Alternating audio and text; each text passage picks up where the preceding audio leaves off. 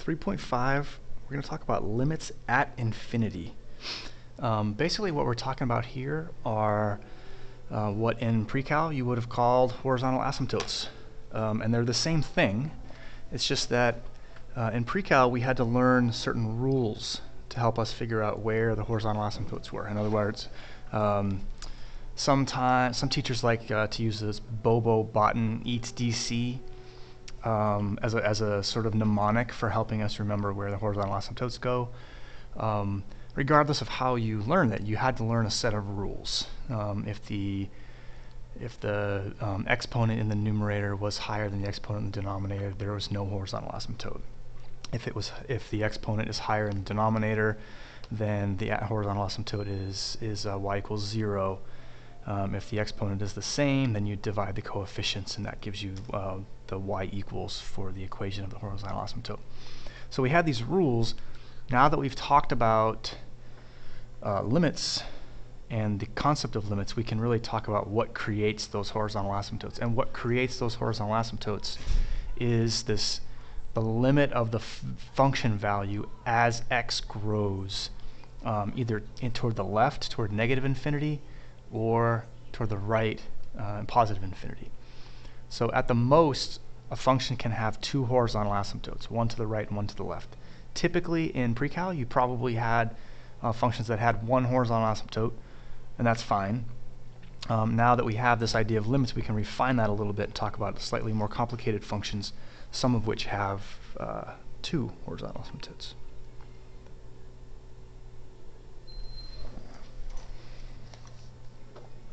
So just as kind of a refresher, remember that essentially any number over infinity is going to approach 0, or any number over negative infinity is also going to approach 0. All right, so let's talk about rational functions. These are the ones that you've seen in pre-cal and in Algebra 2. And so we kind of know how to find these. We're going to find them in a slightly different way, but the results are going to be very similar or the same. So a rational function has at most one horizontal asymptote. All right, so we can see here, we take the limit of the rational function we have here is 3 minus 5 over x squared. And we're taking the limit of that as x approaches infinity, and we can see that as this denominator gets closer and closer to infinity, the limit of this quotient here is going to approach 0. So our limit is 3, and so therefore our horizontal asymptote is at y equals 3. Right. Another rational function that we have here is this quotient 2x minus 1 over x plus 1, and we can kind of use our old rules to think about where this horizontal asymptote would be. Since it's a rational function, those old rules that we know apply from Algebra 2 and pre-cal. So you can see that the exponent here is the same, the exponents of the leading terms. So I do 2 divided by 1, so I should get a horizontal asymptote at y equals 2. So let's work through this limit process and see what happens. You can see that if we substitute infinity, if we just use substitution here, we get infinity over infinity. That's an indeterminate form, so we have to change the way it looks. The way we change it is we divide the numerator and denominator by the highest power of x we find in either. So in this case, it's just x to the first in both numerator and denominator. But if there were a higher power of x, then we would divide by that higher power. So we divide everything in the numerator by x, everything in the denominator by x. That's the same way that we can multiply by x over x, just a form of 1. Here we're dividing by x over x, so we're really dividing by a form of 1. And when we do that, we see that our numerator becomes 2 minus 1 over x, and our denominator becomes 1 plus 1 over x. And we're still taking the limit as x approaches infinity. So we see that in both cases here, this 1 over x as x approaches infinity approaches 0, and this 1 over x also as x approaches infinity approaches 0. So we have just the 2 minus 0 over 1 plus 0, and we get 2. So the new limit process that we use in certain cases, in the cases of rational functions, also gives us the same result as those rules that we learned in Algebra 2 and pre-cal. Alright, so here is where it gets complicated. Now we're going to talk about horizontal asymptotes for functions that are not rational, and these ones we probably didn't learn rules for, because remember that Bobo button eats DC, that's just horizontal asymptotes for rational exponents, or I'm sorry, rational functions. So we're talking about a non-rational function, and we have 3x minus 2 divided by the square root of 2x squared plus 1. Right. So in order to find these ones, in this kind of a function, we need to be careful of the left and the right limit. So here we find the limit. We're going to find the limit as x approaches infinity. We're also going to find the limit as x approaches negative infinity. There will be times when these are the same. This particular case, they're different.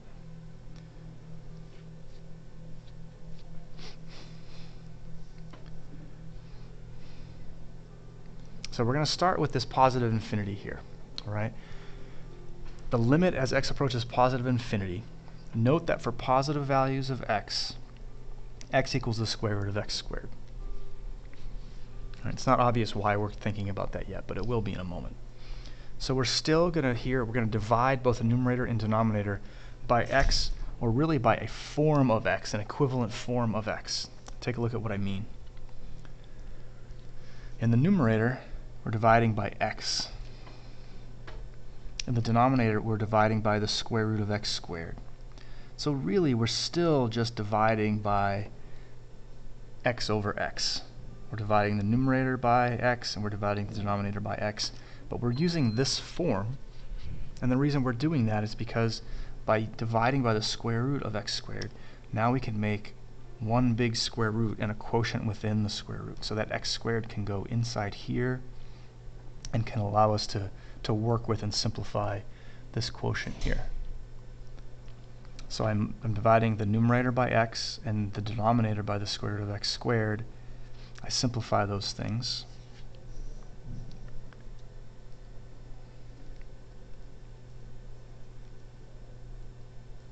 Now as I take the limit as x approaches infinity, this quotient here with x in the denominator approaches 0. This function here with the denominator of x squared approaches 0. So I have 3 minus 0 over the square root of 2 minus 0 is 3 over root 2. Alright, so again, in essence, we divided by some form of x. Since we had square roots in the denominator, we divided by the square root of x squared. We're going to do something very similar, but for the negative infinity limit, or the limit to the left, we need to consider the fact that for negative x values, this definition of our equivalent form of x is different. For negative x values, x equals the opposite of the square root of x squared. So to convince you of that, let me take, let's say that I'm using x equals, say, negative 2.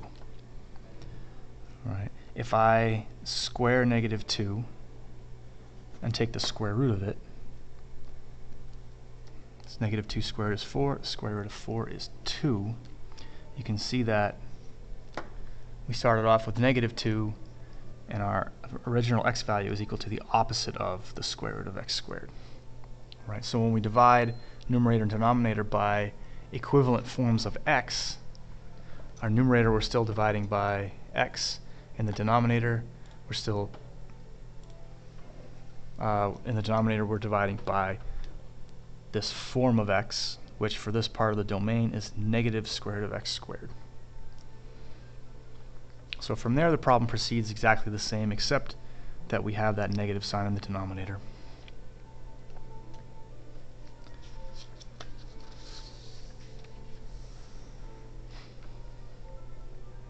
And so we end up with a negative 3 over root 2. So what we found was the limit as x approaches positive infinity was 3 over root 2. The limit as x approaches negative infinity is negative 3 over root 2. So this function has two horizontal asymptotes. If we graph this function, it looks something like this. Right. This isn't necessarily one that I would expect you to graph by hand, but I want you to see how these horizontal asymptotes differ and sort of how that graph lays out on them. You can also see here what's happening right here. Well, not only does it look like we have a y-intercept there, but our graph also crosses the horizontal asymptote, right? And a graph can cross, a function can cross a horizontal asymptote. A lot of times in Algebra 2 and maybe in pre-cal also, we kind of gloss over that, the fact that we can cross an HA. A horizontal asymptote can be crossed. A horizontal asymptote just describes what happens at the end behavior. So far to the right and far to the left, in between here, sort of in the finite x values, the horizontal asymptote really has no bearing on what the function does. It only really affects the function as we get very, very large negative or very, very large positive numbers. All right, last thing, when we start talking about limits at infinity for functions that involve trig functions, we have to think about the range of the trig function. So a typical example might look like this. We want to find basically the horizontal asymptotes, or the limit as x approaches infinity, of 2 sine x over x plus 5. So in order to do that, I know in this denominator is going to grow without bound. So I know that as x grows, x plus 5 is also going to grow. So I basically have infinity as my denominator. So really what I'm trying to think of is what is happening to this sine function. We know sine doesn't settle in on any one value as x grows. It's gonna have that periodic behavior to it. But I know that it's never going to get greater than -2 and never going to get smaller. I'm sorry, never going to get greater than +2 and never going to get greater than -2. All right, you think about sine. Sine oscillates in a periodic way between -1 and 1. So with a coefficient of 2, now this numerator is going to periodically move from -2 to 2. So as we approach infinity, our numerator can never get smaller than -2 and never get larger than 2. Well, either way, the limit as x approaches infinity over this x plus 5 denominator is going to equal 0. Right, so this numerator is at its largest magnitude right now when we think about the sort of the top and bottom of the range of that function. And anything between those is going to be something closer to 0 in the numerator, so that's also certainly going to be 0. So by that logic, we can say that the limit of 2 sine of x over x plus 5 as x approaches infinity is equal to 0.